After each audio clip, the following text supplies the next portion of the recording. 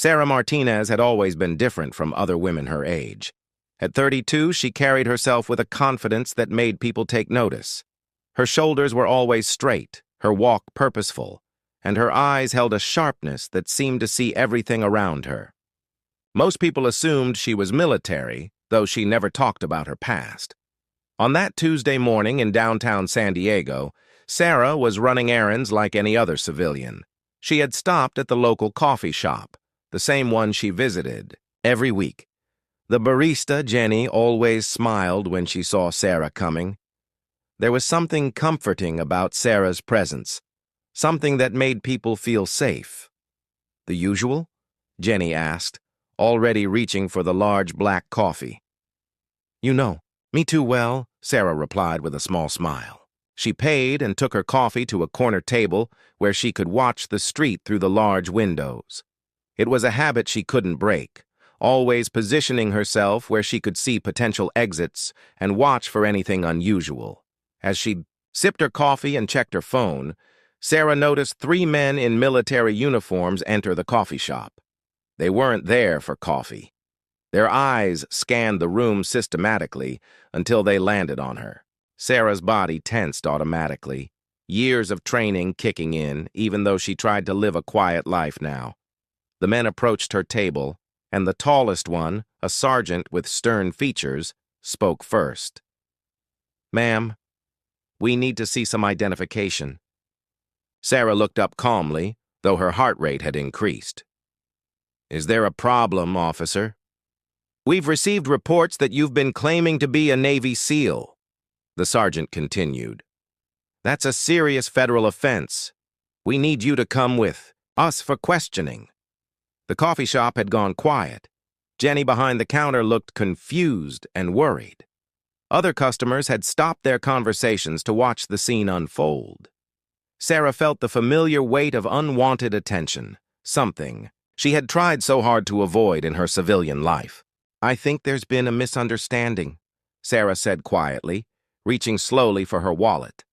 She pulled out her driver's license and handed it to the sergeant. "I'm Sarah Martinez. I work at the community center downtown." The sergeant examined her ID carefully, then looked back at her. "Mrs. Martinez, we have witnesses who say you told them you were a Navy SEAL. You were at the VA hospital last week, and several people heard you talking about SEAL operations." Sarah's jaw tightened.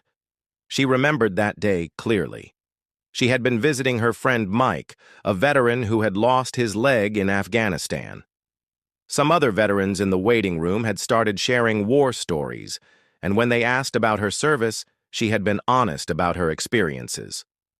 She never claimed to be something she wasn't, but she also couldn't deny what she had lived through. "I was sharing experiences with other veterans," Sarah explained. "I never impersonated anyone." "Ma'am, with all due respect, women cannot be Navy SEALs," the sergeant said firmly. "It's impossible. So either you're lying now, or you were lying then. Either way, we need to sort this out at the base." Sarah felt the familiar frustration rising in her chest. This wasn't the first time her service had been questioned, and it probably wouldn't be the last. The military had changed a lot over the years, but some attitudes remained stuck in the past. "Am I under arrest?" she asked, her voice steady despite the anger building inside her. "Not yet," the sergeant replied, "but we strongly suggest you come with us voluntarily. This can be handled quietly, or it can become a much bigger problem." Sarah looked around the coffee shop. Jenny looked like she might cry. The other customers were whispering among themselves, probably already forming opinions about what they were witnessing. Sarah had worked hard to build a peaceful life in this community, and now it felt like it was crashing down around her. She stood up slowly, her movement causing the 3 military police officers to tense slightly. Sarah noticed their reaction and made sure to keep her hands visible and her movements deliberate and non-threatening. "I'll come with you," she said, "but I want to call my lawyer." "You can call your lawyer from the base," the sergeant replied. "Let's go." As they walked toward the door, Jenny called out from behind the counter. "Sarah, don't worry. Everyone here knows you're a good person." Sarah turned and gave Jenny a grateful smile. "Thanks, Jen. Take care of yourself." The walk to the military. Police vehicle felt like the longest walk of Sarah's life. She could feel eyes on her from every direction. Neighbors who had always waved and smiled now watched with curiosity and suspicion. Children playing in the nearby park stopped their games to stare at the woman being escorted by military police. Sarah climbed into the back of the vehicle, her mind racing through possible outcomes. She knew the truth would come out eventually, but the process of getting there might destroy everything she had built in her civilian life. Her job at the community center, her friendships, her reputation in the neighborhood, all of it was now at risk. As the vehicle drove through the familiar streets of her neighborhood toward the naval base, Sarah reflected on the choices that had led her to this moment. She had always known that her past might catch up with her someday, but she had hoped for a different kind of recognition. She had hoped that when the truth came out, it would be because she chose to share it, not because she was forced to defend it. The sergeant in the front seat was making radio calls using codes and terminology that Sarah understood perfectly. She listened carefully, gathering information about what they knew and what they suspected. It seemed like someone had made an official complaint, possibly someone who had been at the VA hospital that day. Sarah closed her eyes and tried to prepare herself for what was coming. She knew that once they started digging into her background, everything would change. There would be no going back to her quiet life, no more anonymity, no more peace. But maybe, she thought, it was time for the truth to come out anyway. The vehicle turned through the gates of the naval base, and Sarah felt like she was returning to a world she had tried to leave behind. The familiar sights and sounds brought back memories she had worked hard to bury. Soon, those memories would be dragged into the light, and she would have to face not just the accusations against her, but the entire complicated truth of who she really was. The interrogation room at Naval Base San Diego was exactly as Sarah remembered: sterile white walls, a metal table bolted to the floor, and chairs that were designed for function rather than comfort. She had been in rooms like this before, but never on this side of the questioning. The irony wasn't lost on her. Sergeant Williams, the man who had arrested her at the coffee shop, sat across from her with a thick file folder. Next to him was Lieutenant Commander Janet Ross, a stern woman in her 40s who looked like she had seen every kind of military fraud case imaginable. They had been questioning Sarah for 2 hours, and their patience was clearly wearing thin. "Mrs. Martinez," Lieutenant Commander Ross began, her voice sharp and professional, "let's go through this one more time. You claim you served in special operations, but we can't find any record of you in any Navy SEAL databases. Your military records show you served as a hospital corpsman, nothing more." Sarah had been expecting this. The official records never told the whole story, especially not for people who had served in the kinds of operations she had been part of. "My service was classified," she said simply. "The records you're looking at are cover stories." Sergeant Williams laughed, but there was no humor in it. "Ma'am, that's what every fake SEAL says." "Oh, my records are classified." It's always the same story. "Because sometimes it's true," Sarah replied calmly. She understood their skepticism. She had probably investigated similar cases herself when she was on active duty.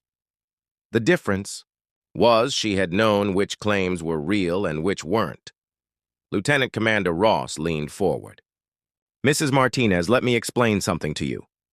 Impersonating a military member is a federal crime. Specifically claiming to be a Navy SEAL can get you 5 years in federal prison and a $250,000 fine. This isn't a game." "I understand that," Sarah said. "I also understand that I've never impersonated anyone. I shared my experiences with fellow veterans. There's a difference." "What experiences?" Sergeant Williams demanded. "Tell us about these classified operations you supposedly participated in." Sarah looked at both officers carefully. She had been trained to read people, to assess their intentions and their capabilities. These two were good at their jobs, but they were working with incomplete information. They genuinely believed they were dealing with a fraud case, which meant someone higher up the chain of command hadn't briefed them on the full situation. "I can't discuss operational details," Sarah said, "but I can tell you that I served with distinction in multiple combat zones between 2009 and 2015. My teammates called me Doc because of my medical training, but I was qualified for and participated in direct action missions." Lieutenant Commander Ross made a note in her file. "Mrs. Martinez, Navy SEALs are all male. It's a biological and physical reality. Women simply cannot meet the standards required for SEAL training." Sarah felt the familiar anger rising again, but she kept her voice level. "With respect, ma'am, you're talking about the official policy, but policies and reality don't always match up, especially during wartime when you need every qualified person you can get. Are you claiming the Navy secretly allowed women to become SEALs?" Sergeant Williams asked incredulously. "I'm claiming that when you need someone who can shoot like a sniper, fight like a warrior, and save lives like a doctor, sometimes you make exceptions to policy," Sarah replied, "especially when that person has already proven themselves in combat." The room fell silent for a moment. Sarah could see both officers processing what she had said. They were starting to realize that this case might be more complicated than they had initially thought. Lieutenant Commander Ross consulted her notes again. "The complaint against you came from Staff Sergeant Michael Torres. He was at the VA hospital when you allegedly made these claims. He says you told a group of veterans that you had participated in the raid that killed Abu Mansour, a high-value target in Syria." Sarah's expression didn't change, but inside, she felt a chill. Abu Mansour had been a carefully planned operation, one that very few people knew the details about. If Torres knew enough to mention it specifically, he either had high-level clearance or he had heard something he shouldn't have. "Staff Sergeant Torres has an interesting memory," Sarah said carefully. "So you deny telling him about the Mansour operation?" Sergeant Williams pressed. Sarah was quiet for a long moment, weighing her options. She could continue to give vague answers and hope they would eventually give up and release her, or she could start telling the truth and risk exposing information that was meant to stay buried. Neither option was appealing. "I think I need to speak with someone with higher clearance," she said finally. Lieutenant Commander Ross exchanged a look with Sergeant Williams. "Mrs. Martinez, this is a fraud investigation, not a national security briefing. We don't need higher clearance to determine whether you're lying about your service record." "Maybe you do," Sarah said quietly. "Maybe you should ask yourself why a hospital corpsman would know operational details about classified missions. Maybe you should wonder why someone with my supposedly limited training carries herself like someone who has been in combat. Maybe you should consider that there might be things about the military that you don't know." Sergeant Williams stood up abruptly. "Ma'am, I've been in the Navy for 15 years. I think I know how things work." 15 years is a good start," Sarah replied. "I had 12 years of active duty, plus 6 years in various contractor roles. I've seen things and done things that aren't in any manual or training program. The question is, are you willing to consider that your assumptions might be wrong?" Lieutenant Commander Ross was studying Sarah more carefully now. Something in Sarah's demeanor, in the way she spoke about classified operations and combat experience, was making her reconsider her initial assessment. "Mrs. Martinez," she said slowly, "let's say, hypothetically, that you're telling the truth. How would we verify something that's supposedly classified beyond our clearance level?" Sarah smiled for the first time since entering the room. "You'd need someone with the right clearance and the right connections, someone who was around during the time frame I mentioned, someone who might remember a hospital corpsman who could outshoot most of the team and who saved more lives than anyone wants to count." "And where would we find someone like that?" Sergeant Williams asked, his skepticism still evident but tinged now with curiosity. "Try Admiral Patricia Hendricks," Sarah suggested. She's retired now, but she was Deputy Director of Naval Special Warfare Operations from 2008 to 2016. If anyone would know about exceptions to policy during that time period, it would be her. Lieutenant Commander Ross wrote down the name. Mrs. Martinez, if you're making this up, if you're sending us to waste a retired admiral's time with false claims, the consequences are going to be severe. I understand, Sarah said, but I think you'll find that Admiral Hendricks remembers me. We worked together on several occasions. She might even remember the tattoo. What tattoo? Sergeant Williams asked. Sarah rolled up her left sleeve, revealing a detailed tattoo on her forearm. It showed an eagle clutching a trident and anchor, with specific details that both officers recognized immediately. Below it were coordinates and a date. That's a SEAL Team tattoo, Lieutenant Commander Ross said, her voice now uncertain. Yes, it is, Sarah confirmed. And if you look closely at the details, you'll see some modifications that were specific to my unit. Modifications that Admiral Hendricks authorized personally. The two officers stared at the tattoo, then at each other, then back at Sarah. The confidence they had shown earlier was beginning to crack. They were starting to realize that they might be dealing with something far more complex than a simple fraud case. We're going to need to make some phone calls, Lieutenant Commander Ross said finally. I'll wait, Sarah replied calmly, rolling her sleeve back down. But I suggest you hurry. The longer this takes, the more people are going to start asking. Questions about why a decorated veteran is being held on false charges. Admiral Patricia Hendricks was tending to her garden in Coronado when her secure phone rang. At 68, she had been enjoying retirement for 3 years, spending her days with her roses and her evenings reading books she never had time for during her military career. The call from Naval Base San Diego was unexpected, but the name mentioned by Lieutenant Commander Ross made her drop her gardening shears. Sarah Martinez, the Admiral repeated, settling into her patio chair. I haven't heard that name in years. What's she done now? Lieutenant Commander Ross explained the situation carefully, describing the arrest, the allegations of impersonation, and Sarah's claims about classified operations. She mentioned the tattoo and Sarah's suggestion that the Admiral would remember her. Admiral Hendricks was quiet for a long moment, memories flooding back. Sarah Martinez had been one of the most extraordinary people she had ever worked with in the military, and also one of the most complicated cases she had ever had to handle. Lieutenant Commander, the Admiral said finally, I need you to listen very carefully to what I'm about to tell you. First, you need to understand that some of what I'm going to say is still classified, even after all these years. Second, you need to treat Mrs. Martinez with the respect due to someone who served her country with exceptional distinction. And third, you need to release her immediately. Ma'am, with respect, our investigation shows no record of her serving in any special operations capacity, Lieutenant Commander Ross replied. That's because her records were sealed at the highest levels, Admiral Hendricks explained. What I'm about to tell you cannot be repeated outside of official channels and only then with proper clearance. Do you understand? Yes, ma'am. Admiral Hendricks took a deep breath, organizing her thoughts. In 2009, we faced a unique situation in Afghanistan.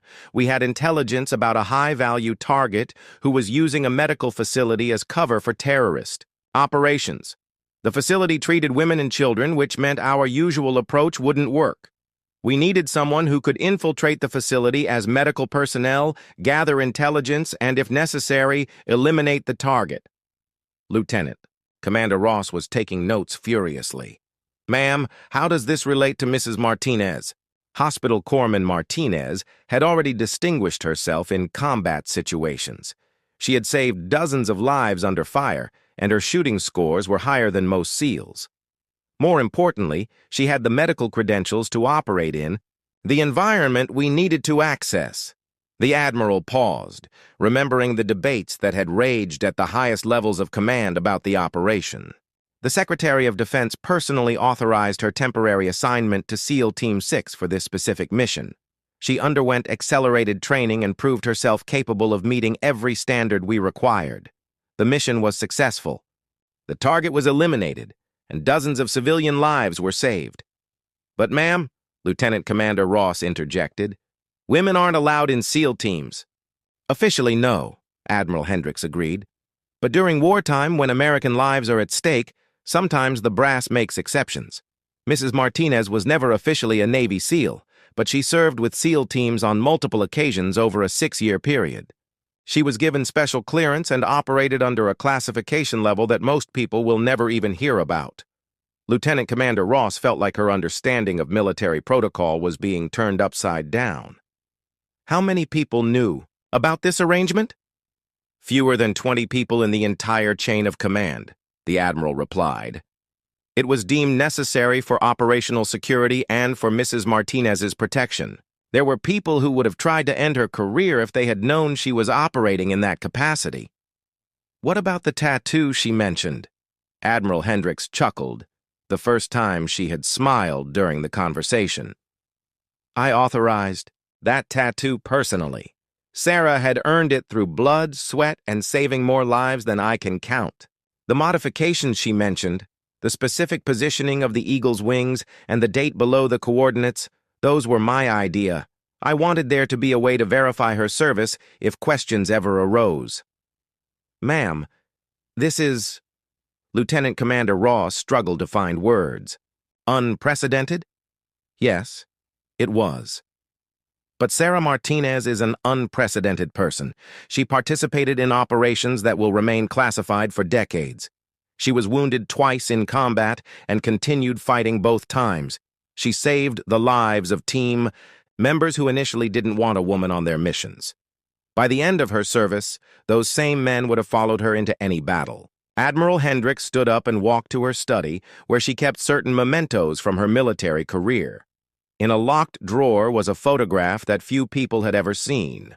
Lieutenant Commander, I'm going to send you a photograph via secure transmission. It shows Mrs. Martinez with her team after a successful mission in 2013. You'll notice she's wearing the same tactical gear as everyone else, and she's holding the same weapons. That's because she was a full member of that team. Why wasn't this information available when we ran her background check? Lieutenant Commander Ross asked. Because it was designed not to be available, the Admiral explained. After Mrs. Martinez left active duty, there were concerns about her safety.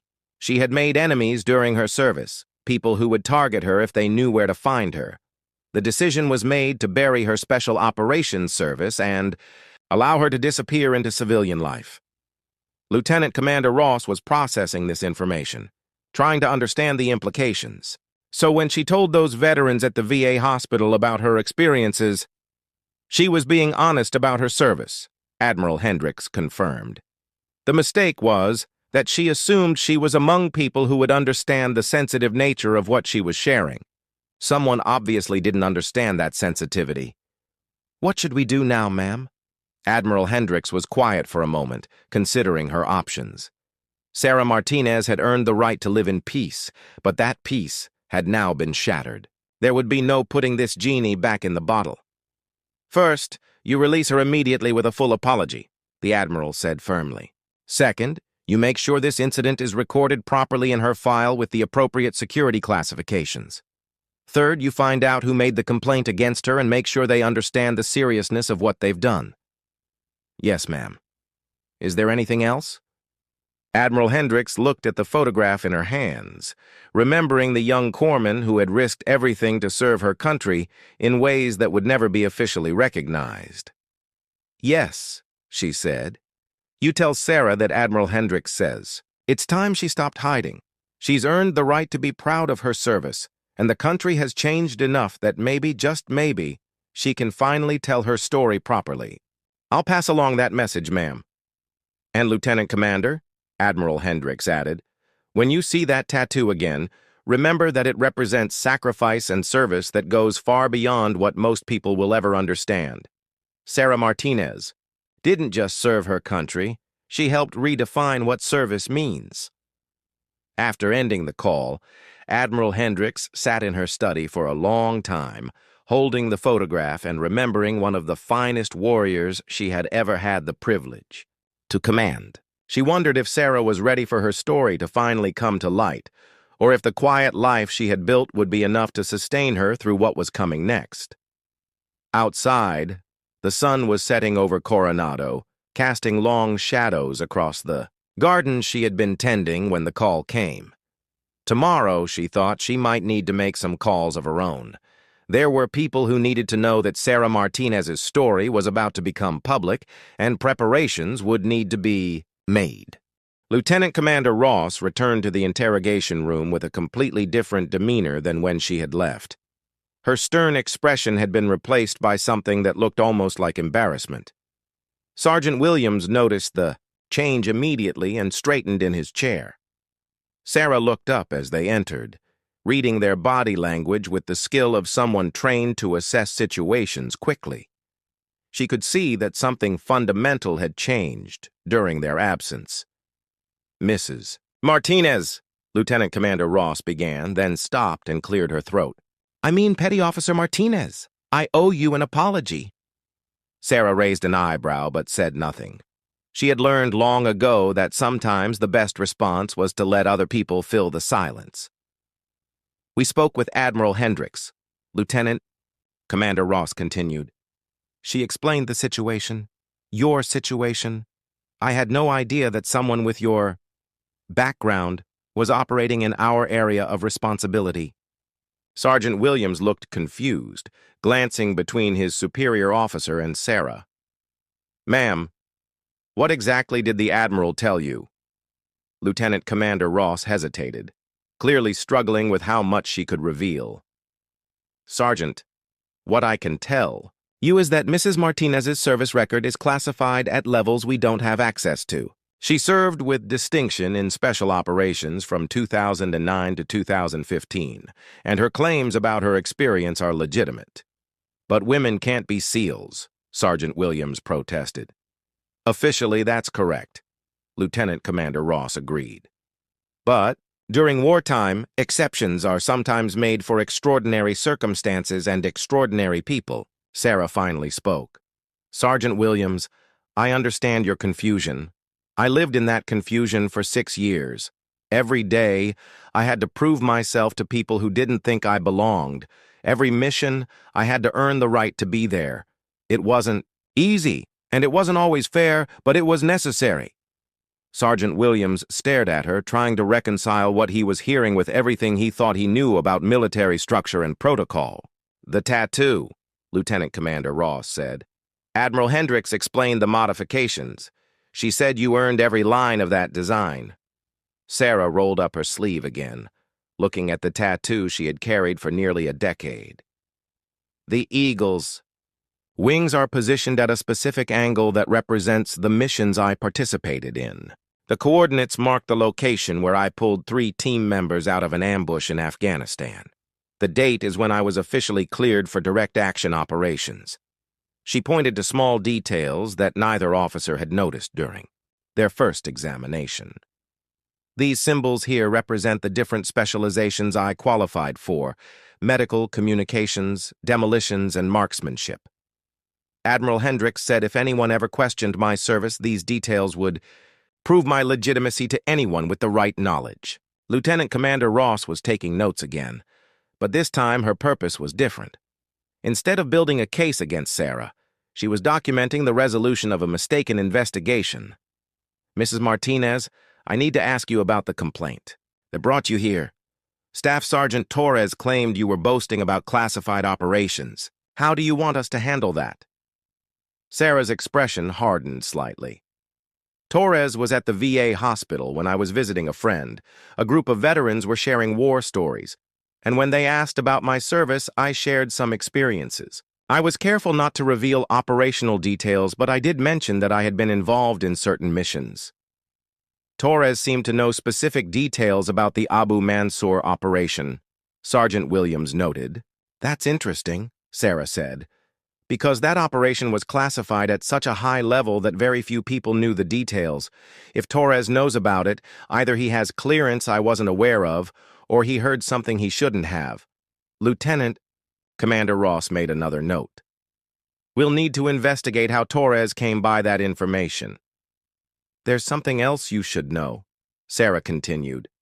When I left active duty in 2015, there were complications. Some people weren't happy about the exceptions that had been made for me. There were threats made, both official and unofficial. That's why my records were sealed and why I was encouraged to maintain a low profile in civilian life. What kind of threats? Lieutenant Commander Ross asked.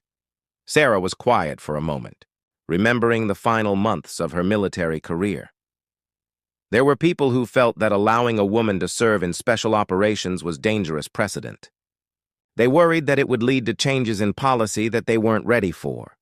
Some of them made it clear that they would prefer if my service record disappeared entirely. Are you saying someone orchestrated this complaint to expose you? Sergeant Williams asked. I'm saying that Torres knowing details about classified operations is suspicious, Sarah replied. Either he has legitimate access to that information, which raises questions about why he's using it to file complaints against me, or he has illegitimate access, which is a much bigger problem. Lieutenant Commander Ross was beginning to understand the complexity of the situation they had stumbled into. What had started as a simple fraud investigation was revealing layers of classification, political tension, and potentially compromised security. Mrs. Martinez, Admiral Hendricks asked me to pass along a message, she said. She said it's time you stopped hiding. She thinks you've earned the right to be proud of your service and that maybe the country is ready to hear your story properly. Sarah laughed, but there was no humor in it. The Admiral always was an optimist.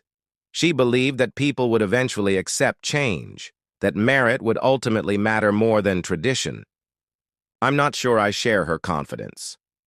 Things have changed since 2015, Lieutenant Commander Ross pointed out. Women are now allowed in combat roles that were previously closed to them. The military is evolving. Policy changes and cultural changes are different things, Sarah replied.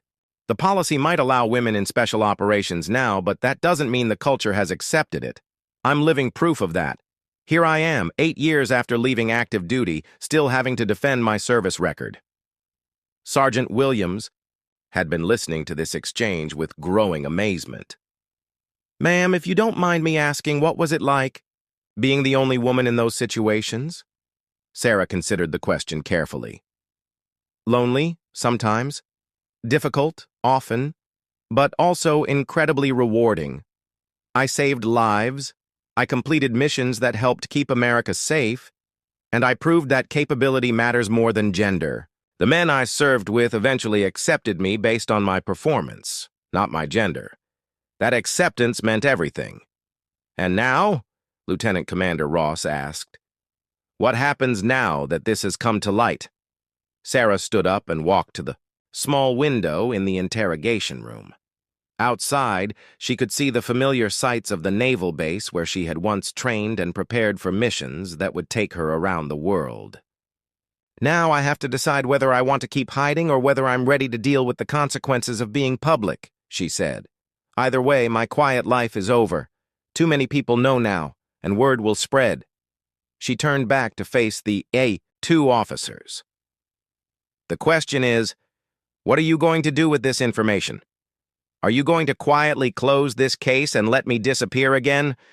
Or are you going to make sure the record reflects the truth about my service?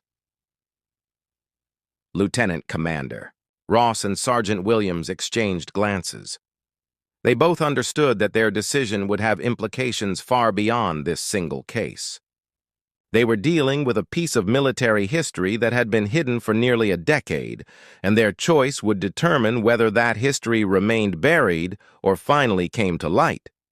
Mrs. Martinez, Lieutenant Commander Ross said finally, I think the truth deserves to be told, with proper security considerations, of course, but the truth nonetheless. Sarah nodded slowly. Then I guess it's time to stop hiding. 3 days after Sarah's release from custody, the investigation took an unexpected turn. Lieutenant Commander Ross had spent those days digging deeper into Staff Sergeant Torres's background, and what she found troubled her deeply. Torres had been asking questions about classified operations for months, reaching out to veterans through social media and veteran support groups. Sarah sat in a secure conference room at Naval Base San Diego, this time as a consultant rather than a suspect. Across from her sat Lieutenant Commander Ross, Sergeant Williams, and a new face, Commander David Chen from Naval Criminal Investigative Service. The atmosphere was tense but collaborative. "Mrs. Martinez," Commander Chen began, "we need your help understanding something. Staff Sergeant Torres has been systematically contacting veterans from Special Operations units, asking specific questions about missions that should be classified. Your case wasn't isolated." Sarah leaned forward, her instincts sharpening. "How many other veterans has he contacted?" "At least 17 that we've identified so far," Lieutenant Commander Ross replied. "All from units that conducted classified operations between 2008 and 2016. All asked about specific missions using details that should not be publicly available." "What kind of details?" Sarah asked. Commander Chen consulted his notes. "Target. Names, locations, dates, tactical approaches. Information that could only come from mission briefings or after-action reports. The level of detail suggests access to classified documents." Sarah felt a chill run down her spine. "You think Torres is gathering intelligence?" "We think Torres is working for someone who is gathering intelligence," Commander Chen clarified. "His financial records show payments from a consulting company that traces back to a defense contractor with questionable international connections." Sergeant Williams looked confused. "But Torres is still active duty. Why would he risk his career for money?" "Money might not be the primary motivation," Sarah said quietly. "If someone wanted to expose the classified programs I was part of, targeting veterans who might be willing to talk would be an efficient approach. Most of us aren't supposed to talk about our service, so we're isolated from each other. Someone fishing for information might catch more than they expect." Commander Chen nodded. "That matches our assessment. Torres may have been tasked with identifying veterans from classified programs and then provoking them into revealing operational details. By filing false accusations that would force investigations," Lieutenant Commander Ross added, "which would potentially bring classified information into official records." Sarah sat back in her chair, processing the implications. "So Torres knew exactly who I was when he filed that complaint. This wasn't about him being offended by a woman claiming to be a SEAL. This was about forcing me to prove my credentials, which would require declassifying information about programs that are still sensitive," Commander Chen confirmed. "If we had proceeded with a formal investigation without Admiral Hendrix's intervention, details about your service would have become part of the official record. And once it's in the official record, it's much easier for foreign intelligence services to access," Sarah realized.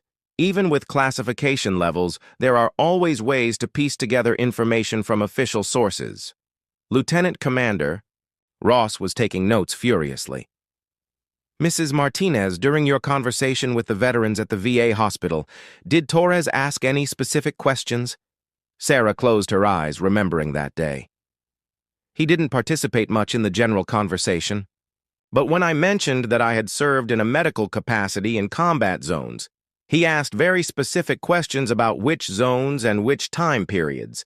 At the time, I thought he was just curious, but looking back, his questions were very targeted." "What? Did you tell him?" Commander Chen asked. "I was vague about locations, but I did mention timeframes. I said I had been deployed between 2009 and 2015, primarily in Afghanistan and Syria. I mentioned that I had been cross-trained for special operations support. That seemed to trigger more questions from him." "What kind of questions?" "Sergeant," Williams asked. Sarah thought carefully. "He asked about specific operations, mentioned names of targets that hadn't been in the news. At the time, I assumed he had served in similar capacities and was testing whether I was legitimate. Now I realize he was probably testing how much I knew and how much I might be willing to reveal." Commander Chen made more notes. "Mrs. Martinez, we believe Torres has been building profiles of veterans from classified programs. Your case suggests He's been successful in identifying people who served in capacities that don't match their official records. Which means there are others like me, Sarah said quietly. Other people who served in ways that were never officially acknowledged. That's our concern, Lieutenant Commander Ross agreed. If Torres has identified a network of veterans from classified programs, and if he's working for someone who wants to expose those programs, we could be looking at a significant security breach. Sarah stood up and walked to the window, looking out at the base, where she had once prepared for missions she could never talk about. Commander Chen, how long has Torres been doing this? We've traced suspicious activity back at least 18 months, Commander Chen replied. But it could have been going on longer. He's been careful, spacing out his contacts using different approaches. 18 months, Sarah repeated. That's right around the time the military started officially opening combat roles to women. Someone might have wanted to get ahead of any revelations about women who had already been serving in those roles unofficially. Lieutenant Commander Ross looked up from her notes. You think this is politically motivated? I think someone realized that as policies changed, stories like mine might come to light naturally, Sarah explained. Better to control the narrative by gathering information in advance. If you know which veterans served in classified capacities, you can either discredit them or use their stories for your own purposes. Commander Chen leaned forward.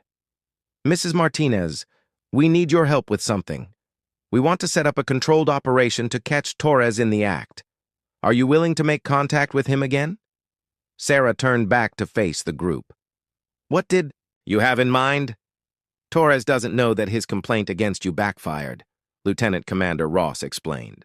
As far as he knows, you were arrested for impersonation and possibly prosecuted. We could have you reach out to him, maybe claiming you want to thank him for exposing fraudulent claims that were hurting real veterans. And then? Sarah asked. Then, we see if he tries to recruit you to help identify other fraudulent veterans, Commander Chen said. If he's working for someone who wants to map out classified programs, he might try to use you as an asset. Sarah considered the proposal. It would mean stepping back into the world of deception and manipulation she had tried to leave behind. But it would also mean protecting other veterans who might be targeted. There's a risk, she said finally. If Torres is as sophisticated as you think, he might realize it's a trap. And if his employers discover I'm working with you, they might accelerate whatever timeline they're operating on. We understand the risks, Commander Chen assured her. But right now, you're our best lead into understanding the scope of this operation. Sarah walked back to the table and sat down. Before I agree to anything, I need to know something. What happens to the other veterans Torres has already contacted? Are they at risk? We're working on identifying and contacting them, Lieutenant Commander Ross said. But it's complicated. Most of them served in programs that are still classified. We can't just call them up and ask about their secret missions. No, but I might be able to, Sarah said thoughtfully. If Torres has been targeting people like me, people who served in unofficial capacities, then we probably have things in common. Similar backgrounds, similar experiences, similar frustrations with not being able to talk about our service. Commander Chen was interested. What are you suggesting? I'm suggesting that instead of just using me to catch Torres, you use me to reach out to the other veterans he's contacted. People like us tend to recognize each other. We have ways of communicating that confirm our backgrounds without revealing classified information. Sergeant Williams looked skeptical. That sounds risky. If these veterans are being targeted, making contact with them might put them in more danger. Or it might protect them, Sarah countered. Right now, they're isolated, probably confused about why someone is asking them questions about things they're not supposed to talk about. If I can make contact and explain what's happening, they can make informed decisions about how to protect themselves. Lieutenant Commander Ross was nodding slowly. It's not a bad idea. Mrs. Martinez has credibility with this population that we don't have. She speaks their language, understands their situation. But it expands the operation significantly, Commander Chen pointed out. Instead of a simple sting operation targeting Torres, we're talking about a complex investigation involving multiple veterans across different states. Sarah looked at each of the officers in turn. Gentlemen, 18 months ago, I was living a quiet life, working at a community center, trying to forget about classified missions and secret wars. 3 days ago, I was arrested for impersonating a SEAL. Now you're telling me that my story is part of a larger pattern, that other veterans like me are being targeted, and that sensitive national security information might be compromised. She paused, letting that sink in. I didn't ask for any of this, but now that I'm involved, I'm not going to do things halfway. If Torres and his employers want to expose classified programs, they're going to have to go through me first, and I promise you, that's not going to be easy. Commander Chen smiled for the first time since entering the room. Mrs. Martinez, I think we're going to work very well together. 6 weeks later, Sarah stood in the same conference room where her new mission had begun, but the atmosphere was completely different. The table was covered with files, photographs, and evidence that represented the successful conclusion of one of the most complex counterintelligence operations Naval Criminal Investigative Service had conducted in years. Commander Chen looked tired but satisfied as he addressed the assembled group, which now included Admiral Hendricks, who had come out of retirement to oversee the final phases of the operation. Ladies and gentlemen, Commander Chen began, Operation Silent Service has been a complete success. We've identified and neutralized a foreign intelligence operation that was targeting veterans of classified special operations programs. Sarah listened as he outlined the results. Torres had indeed been working for a defense contractor with ties to foreign intelligence services. The operation had been designed to map out classified U.S. special operations capabilities by identifying and compromising veterans who had served in unofficial capacities. Mrs. Martinez's work was instrumental in breaking this case. Commander, Chen continued. She successfully made contact with 14 of the 17 veterans Torres had targeted, warned them about the operation, and helped us gather evidence of the intelligence-gathering effort. Admiral Hendricks spoke up from her position at the head of the table. What's the status on the veterans who were targeted? All have been contacted and briefed, Lieutenant Commander Ross reported. Most are relieved to finally understand what was happening to them. Several have expressed interest in having their service records properly documented with appropriate security classifications. Sarah smiled at that news. One of the most rewarding aspects of the operation had been connecting with other veterans who had served in similar circumstances. Like her, many of them had been struggling with the isolation of not being able to talk about their service. What about Torres? Sergeant Williams asked. Staff Sergeant Torres is cooperating fully with the investigation, Commander Chen replied. He was recruited by the defense contractor through financial pressure, gambling debts that he couldn't pay. He didn't fully understand what he was participating in until we showed him the evidence. And the contractor? Admiral Hendricks inquired.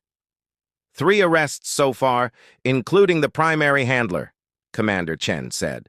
We're working with other agencies to determine the full scope of their intelligence-gathering operations. Sarah had played a crucial role in exposing the contractor's methods. By pretending to be willing to help Torres identify other fraudulent veterans, she had been able to record conversations that revealed the true purpose of his inquiries. The evidence she gathered had been sufficient to obtain warrants for the ICE contractor's offices and communications. Admiral Hendricks turned to Sarah. Mrs. Martinez, I believe this experience has given you some perspective on your situation. What are your plans moving forward? Sarah had been thinking about that question for weeks. The operation had forced her to confront her past and consider her future in ways she hadn't expected. Admiral, for 8 years I've been trying to hide from my service record, she said. I thought the best way to honor what I'd done was to disappear quietly and never talk about it. This experience has shown me that hiding doesn't protect anyone. Not me, not other veterans, and not national security. She paused, gathering her thoughts. I've decided to work with the military to properly document the programs I was part of, with appropriate classifications and security measures. Other Veterans deserve to have their service recognized, even if that recognition is limited to official channels. Lieutenant Commander Ross nodded approvingly. We've been working on a framework for that, a way to acknowledge service in classified programs without compromising ongoing operations or security. What about your civilian life? Admiral Hendricks asked. You've built something meaningful at the community center. Sarah smiled. Actually, this experience has shown me how much I missed working on complex problems with talented people.